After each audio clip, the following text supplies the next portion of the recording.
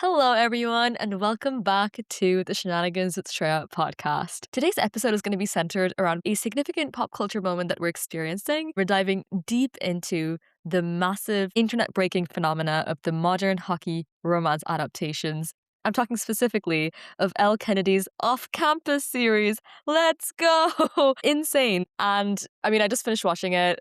I know of it through my friends, and I feel like these kind of things slowly trickle into your life. It's like you hear it from a friend, and then you might watch one or two like interview videos. They might prop up on your algorithm or your For You page, and then it's just like a snowball effect. Like my literal entire feed is just them. I think I've watched probably every single interview there is to watch of them. And I also saw so many parallels between off campus and heated rivalry, specifically in the hockey realm, right? So there seems to be this obsession with intense sports and some sort of rivalry developing into love. So I really do feel like the book girlies and the hockey romance girlies are really having the time of their life right now. Hannah in Off Campus being, a brilliant musician, which as a fellow musician, I really, really loved. And I kept being like, oh my God, like amazing. And then to Dean and Allie keeping their relationship a secret. And some of the songs from this show of Off Campus, like Sue Me and Girls, have been on repeat in my brain. And what's really nice is that like these shows have culturally shifted the way that we're consuming media. It's not just, hockey, or it's not just the rivalry anymore. It's that they give us something that I think we're missing from our screens for so long, which is healthy love stories. There are so many toxic, manipulative mind games and those kind of angsty shows as well. And there's something really pure and wholesome about watching a show or watching a movie that is just, mature communication, mutual respect. And it's actually quite nice to see that the majority, we as a collective, want to see more of those. So today's episode, it's going to be a lot of fun. We are going to look a little bit at the neuroscience of why our brains are addicted to these characters, as to why things like green flag relationships are really refreshing for us, and also just a little bit about the real world actor life behind the scenes and how this show specifically really managed to touch on like quite heavy themes that I wasn't expecting, to be quite honest with you, but it kept, the relationship and the story really safe and beautiful. So here we are. Welcome to the episode. Let's get started.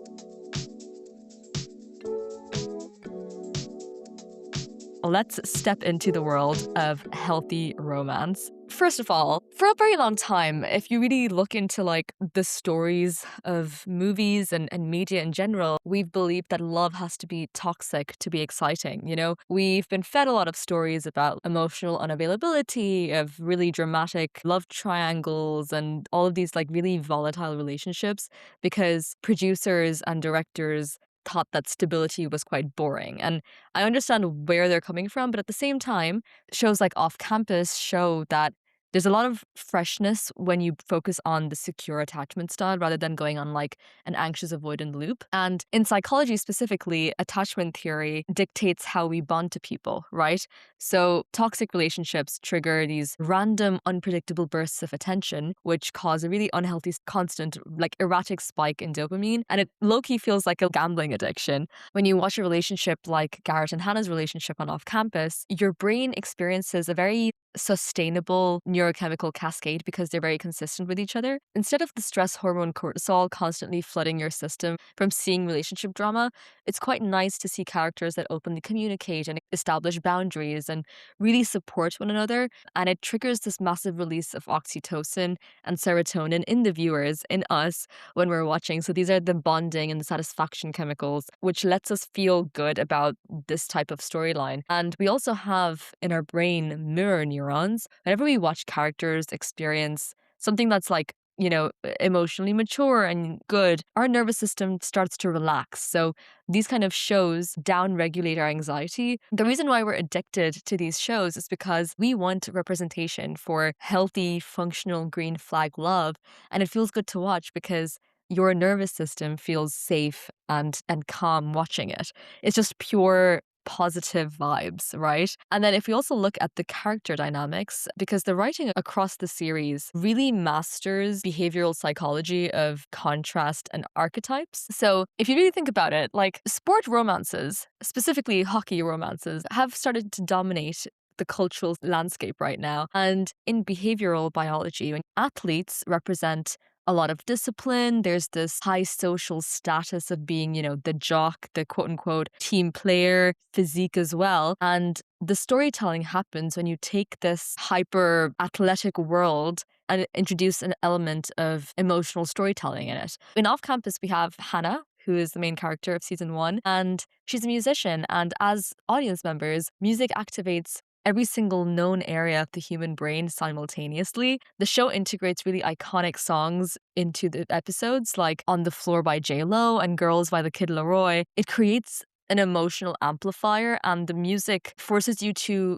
associate the iconic moments happening with the song. So every time you think of On the Floor now, you're probably going to be thinking of Allie and Dean on the dance floor. And when you think of Girls, the song, you're thinking of Garrett dancing, So the music really forces you to establish a memory and to feel this connection with the characters. And what's really refreshing is that the moment that these athletes, these hockey players, fall for the person that their romantic interest is, essentially, it's like they're allowing themselves to feel, and they become quite fiercely protective, and they're able to, communicate. They show up as viewers.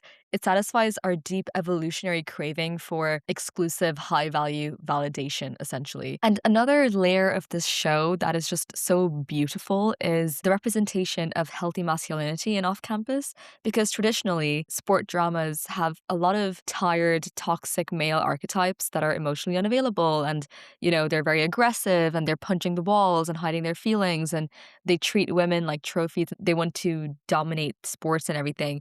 And it's a trope that's kind of stressful to watch as well. And then we enter Garrett Graham and Dean De Laurentiis. Hello?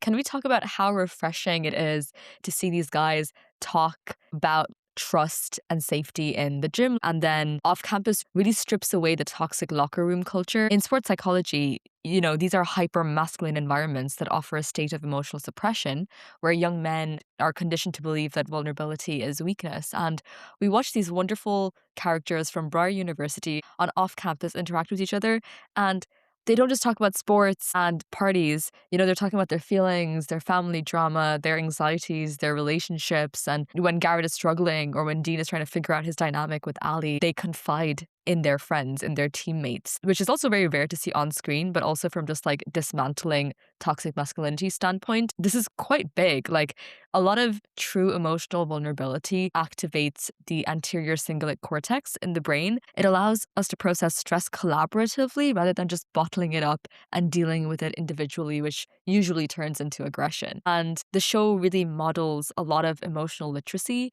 in a space that is usually not present at all. Even when you look at how these characters create a safe space for their partner. In developmental psychology, we call this attunement, which is the ability to recognize and accept and support and clarify another person's emotional state. So, for example, with Hannah, whenever she sets a boundary, he respects it instantly. Like, he always is very communicative, which is really nice. And then with Allie, Dean really celebrates how independent she is. Like, he doesn't want someone he can control. He wants a partner who challenges him. They don't use their quote unquote popularity or their social status to really dominate or intimidate the bond. Instead, they use their strength to help support and protect their partner's ambitions. And they show up as these amazing anchors. From an evolutionary biology lens, toxic masculinity is driven by this constant dysregulated loop of status-seeking testosterone, where everything is a threat if you're not the leader. But healthy masculinity relies on the harmonious balance between testosterone and oxytocin.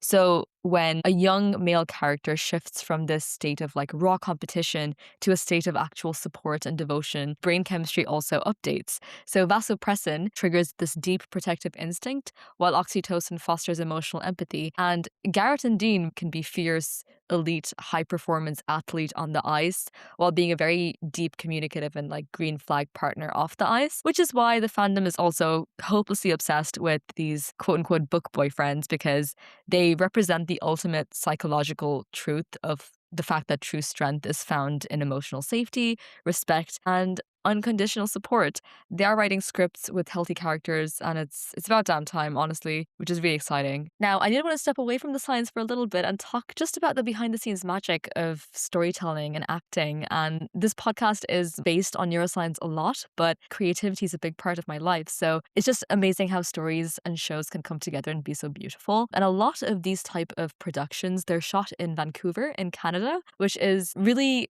aesthetically pleasing, atmospheric cinematography. Vancouver is also known as Hollywood North, so a lot of emerging shows and actors in the industry right now are Canadian, and I think that's a really fun fact. One of my absolute favorite parts of the behind the scenes knowledge from the off-campus production is how perfect the cast was. Stephen, who plays Dean, I think the story of how he ended up as Dean is quite funny because, like, his fiance was actually reading the L. Kennedy books of Off Campus, and when she saw that there was like a show that's going to be made on this book, she told him that you're literally Dean, you have to do this. And I just think that's an amazing example of like having the right sort of people support you in your career. And what's really nice about these adaptations is that they're genuinely profound. Like, they don't ignore the dark parts of the human experience. I was not expecting the story to be so incredibly intense in certain themes, like regarding domestic trauma and personal violations and just family pressures and stuff. And when a show introduces such heavy, unexpected, real-world trauma, the audience's brain, like, we can easily go into the state of high alarm, but the way that the show handles it,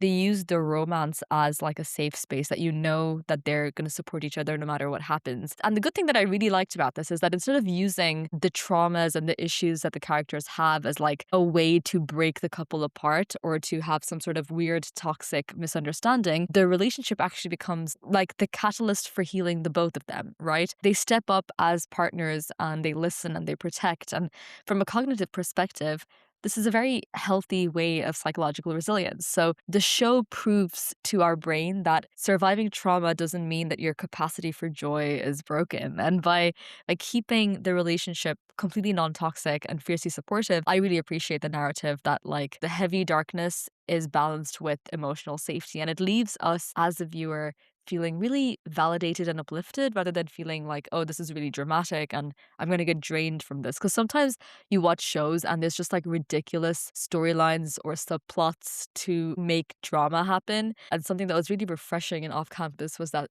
they did not do that. I did want to have a little segment about heated rivalry as well, because the internet quite literally shattered when Hudson Williams and Connor Story were cast Shane Hollander and Ilya Rozanov. From a neuroscience perspective, what heated rivalry does to your brain is just art, honestly. Like, it sets up this ultimate high threat state.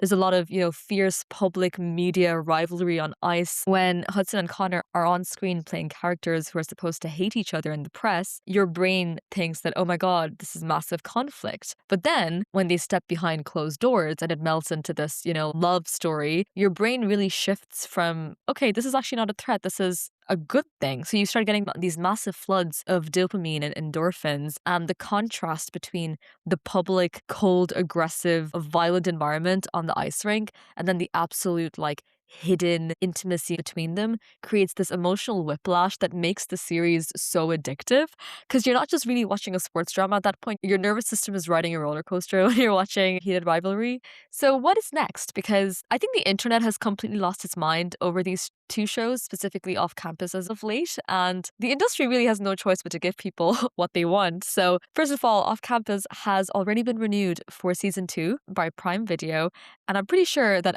literally as I speak, they're filming the next season, which is quite exciting. Off Campus has broken into their top 3 most watched debut shows of all time, which is amazing.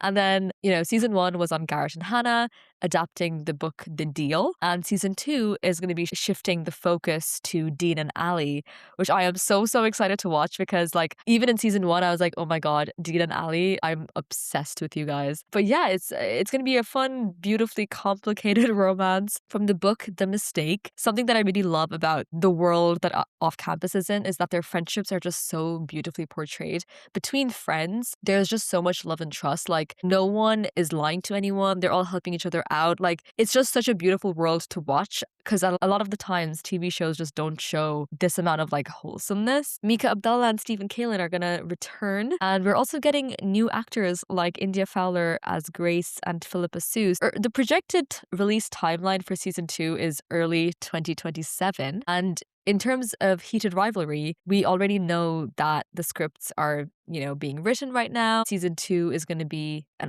adaptation of Rachel Reid's sequel book, The Long Game, taking Hudson and Connor into much deeper and serious territory as they navigate their relationship going public with the world. They do start filming this August, and they're targeting spring 2027 as their premiere, which means that we're going to have a really fantastic early 2027, guys, with Off Campus and Heated Rivalry seasons coming out. And to be completely real, like, fangirls are really running the industry right now, and it's honestly one of the most beautiful things to see. Like, I'm so excited to watch BookTok flourish because for years we were not getting anything close to these kind of niche subculture references. But the global success of hockey romance adaptations prove that when, fangirls are supporting stories, they're not just buying the books, they're like invested in the characters, they're invested in the shows. They're the reasons why the TV shows, get season renewals, and they quite literally change the physical landscape of media. And that honestly is the purchasing power of just having a loyal community and a passion that